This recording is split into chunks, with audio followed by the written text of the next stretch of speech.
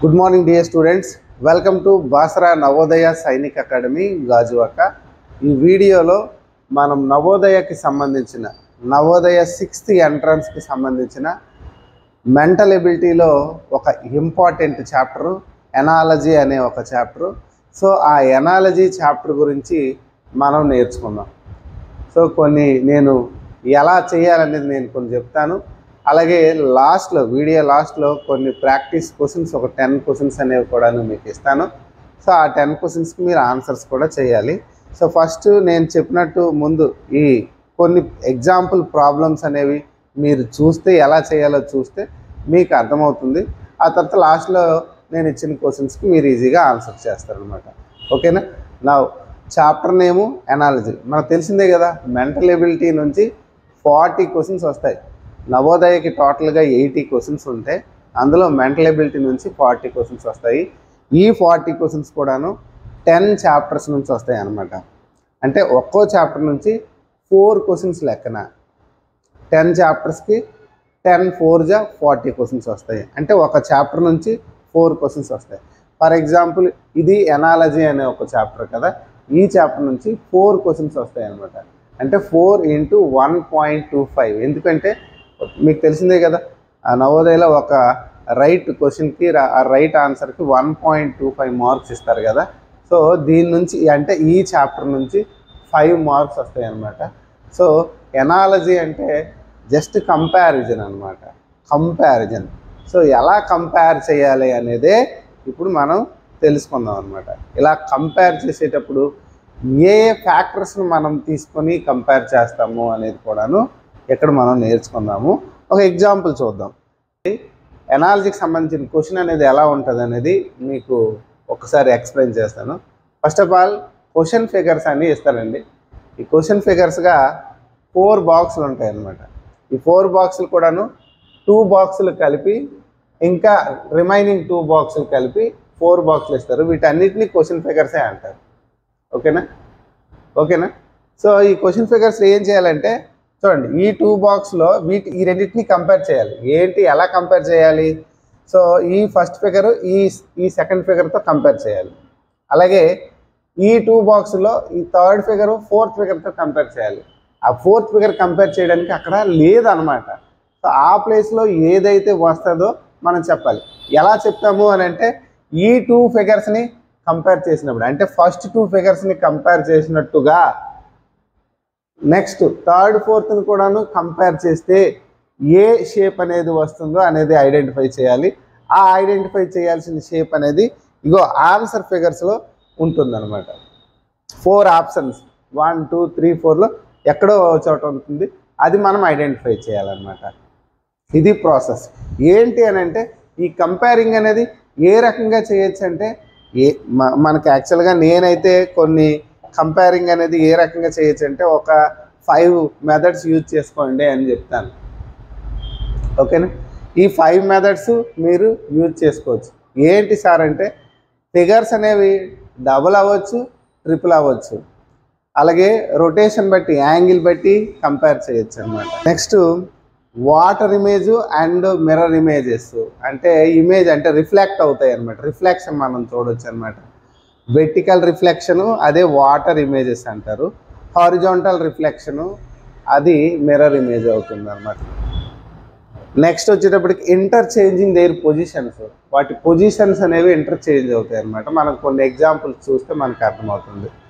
Next size increase or decrease. అంటే images తాలూకు size అనేది ఇంక్రీజ్ ఆర్ డిక్రీజ్ అవుతుంది అనమాట. సో ఇప్పుడు మనం ఎగ్జాంపుల్ చూద్దాం, బ్యాక్కి వెళ్దాం. So what you observe from this image? ఏంటి అబ్జర్వ్ చేశారు? ఈ ఫాస్ట్ 2 ఫిగర్స్ చూడండి. ఈ ఫాస్ట్ 2 ఫిగర్స్లో ట్రయాంగిల్ ఉంది అండ్ ట్రయాంగిల్ ఉంది. ఏమైంది ట్రయాంగిల్? ఫస్ట్ ఫిగర్కి సెకండ్ ఫిగర్కి ఏమైందంటే ట్రయాంగిల్ అనేది రివర్స్ అయిందనమాట. అండ్ ట్రయాంగిల్కి మిడిల్లో ఒక సిమ్మెట్రికల్ లైన్ అనేది డ్రా చేశారు. This is symmetrical line. Symmetrical line అంటే ఏంటంటే హాఫ్గా డివైడ్ చేసేది సిమ్మెట్రికల్ లైన్. సో ఈ ఫస్ట్ ఫిగర్కి సిమెట్రికల్ లైన్ ఉంది, సెకండ్ ఫిగర్కి సిమెట్రికల్ లైన్ ఉంది. ఈ సిమెట్రికల్ లైన్ అనేది ఆ డివైడ్ చేసే లైన్ అనేది వెర్టికల్గా ఉంది. మీరు బాగా అబ్జర్వ్ చేస్తే ట్రయాంగిల్స్ కూడాను వెర్టికల్గా ఉన్నాయి. ఓకేనా, ఇది ఫస్ట్ కంపారిజన్.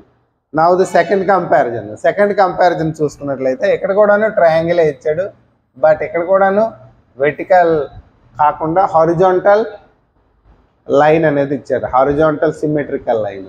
ఓకేనా, సో దీనికి ఏంటి ఆన్సర్ అవుతుంది అనేది క్వశ్చన్ అనమాట. So what you observe, just ఇదేమైంది, రివర్స్ అయింది. ఏంటి, వెర్టికల్గా రివర్స్ అయింది. ఇక్కడ ఈ షేప్ అనేది హారిజాంటల్గా ఉంది కాబట్టి హారిజాంటల్గా రివర్స్ అవుతుంది. సో ఇలా ఉంది, సో దానికి హారిజాంటల్గా రివర్స్ అవుతుంది అన్నమాట. ఇలా రివర్స్ అవుతుంది, సేమ్ ఇదే షేప్ ఇలా వస్తుంది. సో హారిజాంటల్గా రివర్స్ అయ్యే షేప్లు అనేవి మీరు బాగా అబ్జర్వ్ చేస్తే 2 and 4లో ఉన్నాయి అన్నమాట. 2 and 4లో ఉన్నాయి. 1 and 3లో వెర్టికల్గా ఉన్నాయి కాబట్టి సో ఈ రెండు ఆన్సర్ అవ్వన్నమాట. 1 and 3.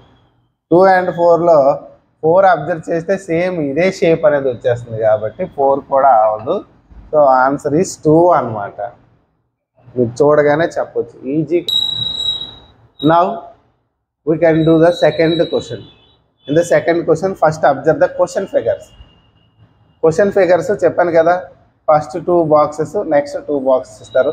ఫస్ట్ 2 బాక్సెస్లో ఫుల్గా మనకు ఫిగర్స్ ఉంటాయి, నెక్స్ట్ 2 బాక్సెస్లో ఒకదానికి ఫిగర్ అనేది ఇవ్వడు, అదే మనం ఐడెంటిఫై చేయాలి. ఎలాగంటే ఫస్ట్ 2 బాక్సెస్కి ఏ రకమైన కంపారిజన్ అనేది ఉందో అలాగే నెక్స్ట్ 2 బాక్సెస్ కూడా కంపేర్ చేయాలి.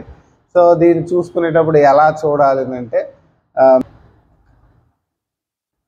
మీరు ఈ షేప్ని అబ్జర్వ్ చేయొచ్చు. ఈ షేప్ అనేది యాక్చువల్గా నేను ఇదే షేప్ కొంచెం మీకు కొంచెం అటు ఇటుగా ఉండొచ్చు. ఈ షేప్ అనేది ఇలా ఇలా హారిజాంటల్గా ఉండేది ఇలా వెర్టికల్గా అయ్యింది. బాగా అబ్జర్వ్ చేయండి, హారిజాంటల్గా ఇలా అడ్డంగా ఉండే ఈ షేప్ అనేది జస్ట్ వెర్టికల్గా అయింది. అంటే యాంటీ క్లాక్ వైజ్ డైరెక్షన్లో 90 degreesకి టర్న్ అయింది. ఓకేనా, మీకు డైరెక్షన్స్ తెలుసు కదా, clock wise directions. Clock wise directions అంటే మీకు మన క్లాక్లో హ్యాండిల్స్ అనేవి ఎలా తిరుగుతుంటాయి, దాన్ని క్లాక్ వైజ్ డైరెక్షన్ ఇలా అనమాట. అదే యాంటీ క్లాక్ వైజ్ డైరెక్షన్ అంటే దానికి రివర్స్ అనమాట, ఇలా తిరగాలి. This is the anti clock wise direction. ఇక్కడ ఈ షేప్ అనేది జస్ట్ ఇలా రివర్స్లో తిరిగింది. అండ్ మీకు యాంగిల్స్ కూడా తెలిస్తే ఈజీ అనమాట మీకు యాంగిల్స్.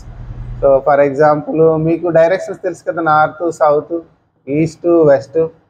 సో నార్త్కి ఈస్ట్కి 90 degrees యాంగిల్ ఉంటుంది, east south again 90 degrees angle. డైరెక్ట్గా నార్త్ సౌత్ అయితే 180 degrees స్ట్రైట్గా వస్తుంది కాబట్టి స్ట్రైట్ యాంగిల్ అని కూడాను మీకు తెలిసి ఉంటుంది. సో ఇక్కడ ఇది ఈస్ట్ అనుకుందాం, ఈస్ట్ నుంచి నార్త్కి వెళ్ళింది కాబట్టి యాంటీ క్లాక్ వైజ్లో 90 degrees టర్న్ అయింది, యాంటీ క్లాక్ వైజ్ డైరెక్షన్లో. అలాగే ఈ షేప్ని కూడాను మనం చూడాలి. అంటే దానికంటే ముందు యాంటీ క్లాక్ వైజ్లో టర్న్ అయింది.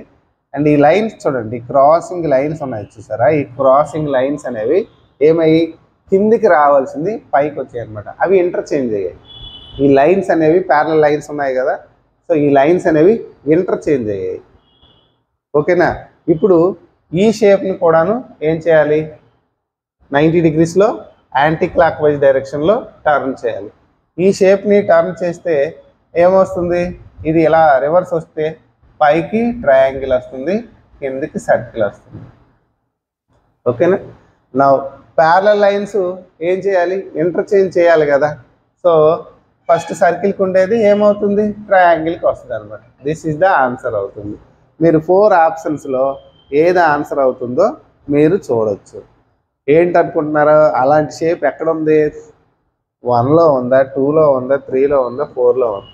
సో 4లో ఉండేది ఏంటంటే హారిజాంటల్గా వాడు అలా ఇచ్చాడు, సో అవ్వదు.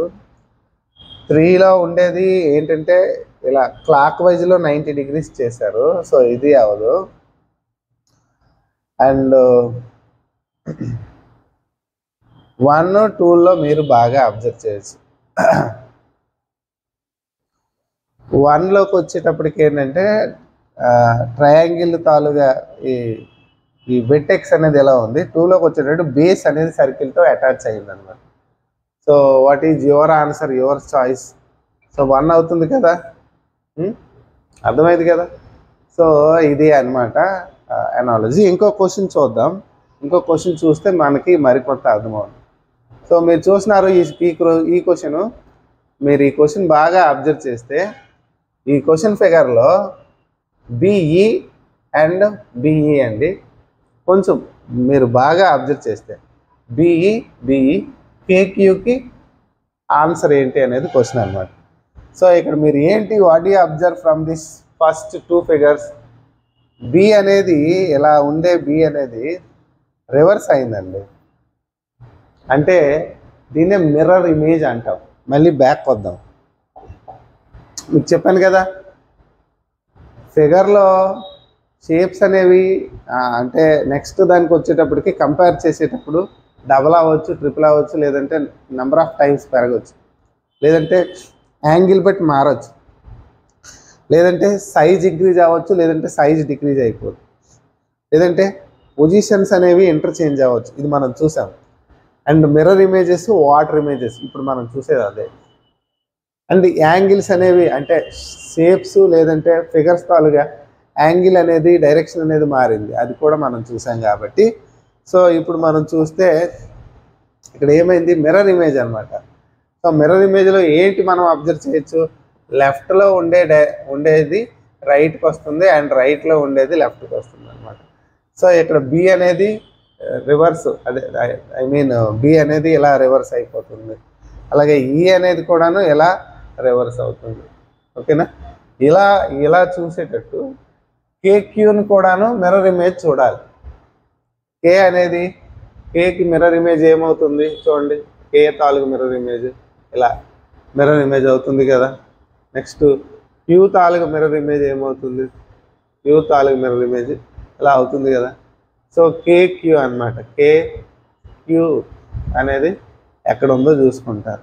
Option 1, option 2, option 3, option 4 answer ఫిగర్స్లో చూస్తారు.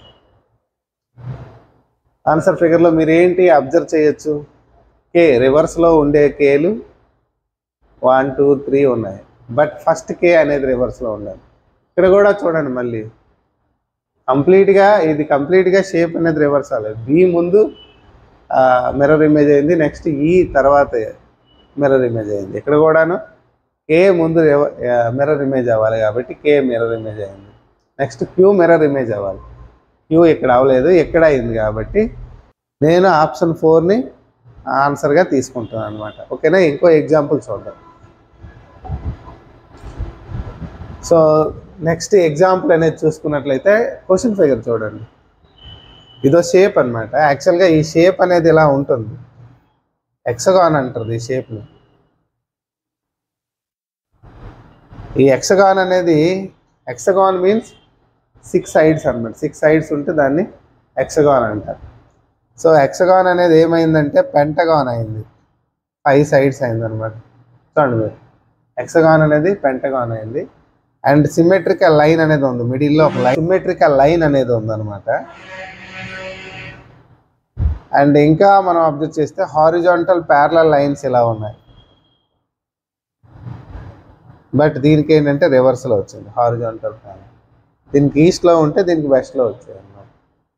సేమ్ ఇలా చూసుకున్నట్లయితే అంటే ఈ రెండింటికి కంపేర్ చేసినట్టు ఈ షేప్ని కంపేర్ చేయాలి.